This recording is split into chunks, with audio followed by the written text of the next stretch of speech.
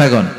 এই ময়দানের প্যান্ডেলের এদিক দিয়ে উঁচা, এদিক দিয়ে গর্ত, এদিক দিয়ে নিচা, এদিক দিয়ে খাড়া, কেমন হইতো? কথা কন। কেউ আমার দেখতো, কেউ দেখতো না, কেউ দাঁড়াইয়া, কেউ বৈশা, আছে না নাই? কিন্তু জমিনটারে সমতল বানালো কে? আপনি যদি বিমান থেকে যদি আপনি দেখেন, বিমানের গ্লাস দিয়ে, জানলা দিয়ে যদি আপনি নিচের দিকে তাকান, আপনি দেখবেন মনে হবে পুরো জমিনটাকে আল্লাহ সবুজ কার্পেট দিয়ে কার্পেটিং করে রেখেছে। এই সৌন্দর্য দিয়েছে কে? আবার রব্বুল আলামিন বলেন, জমিনটারে সমান দেখে, কার্পেটিং দেখে মনে করো না তোমরা বেঁচে গিয়েছো। আমার দেয়া বিধান আমার জমিনে যদি কায়েম করতে না পারো, এই কার্পেটিং করা জমিনের ভেতরে আযাব আছে না নাই? এই পুরো জমিনের ভেতরে আছে আগুন আর আগুন। আগ্নেয়গিরির অগ্নুৎপাত জ্বালামুখে বিস্ফোরণ করে দিয়ে গোটা বিশ্বটারে মুহূর্তে মেসাকার করে দিতে পারে কে? এজন্য আল্লাহ ডেকে বললেন, গোলাম আমিনতুম মান ফিস সামাই আন ইয়াখসিফা বিকুমুল আরদা ফাইযা হিয়া তামুর। তোমরা কি ভেবেছো নাকি বেঁচে যাবা? আমি চাইলেই পুরো জমিনটারে কাঁপিয়ে দিতে পারি। আইয়াখসিফা বিকুমুল আরদ, খাসাফ মানে ল্যান্ডস্লাইড। খাসাফ মানে কি? ল্যান্ডস্লাইড, ভূমিধস, ভূকম্পন, আর্থকোয়েক, আছে না নাই? বাংলাদেশে তো ভূমিকম্প হয় না, না? টের পাইছেন? মাঝে মাঝে মাঝরাতে হয় না?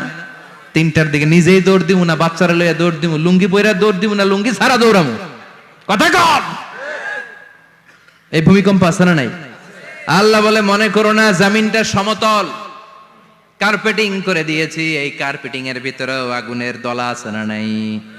আবার আল্লাহ বললেন, আমিনতুম মান ফিস সামাই আন ইউরসিলা আলাইকুম হাসিবা।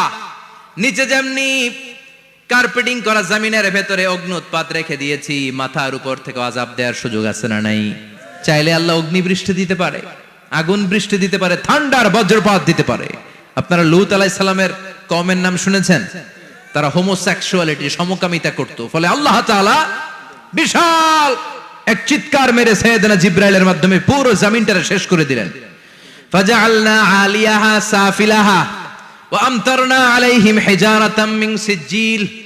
তাদের অপকর্মের কারণে জর্ডানের ওই এলাকাটাকে আল্লাহ বললেন, জিবরাইল এলাকাটারে হাতে তুলে নে, আকাশের উপরে তুলে পুরো এলাকা সহ মানুষ সহ জমিনের মধ্যে গেড়ে দে। জমিনের নিচের মাটি উপরে নিয়ে গেল কে? উপরের মাটি নিচে নিয়ে গেল কে?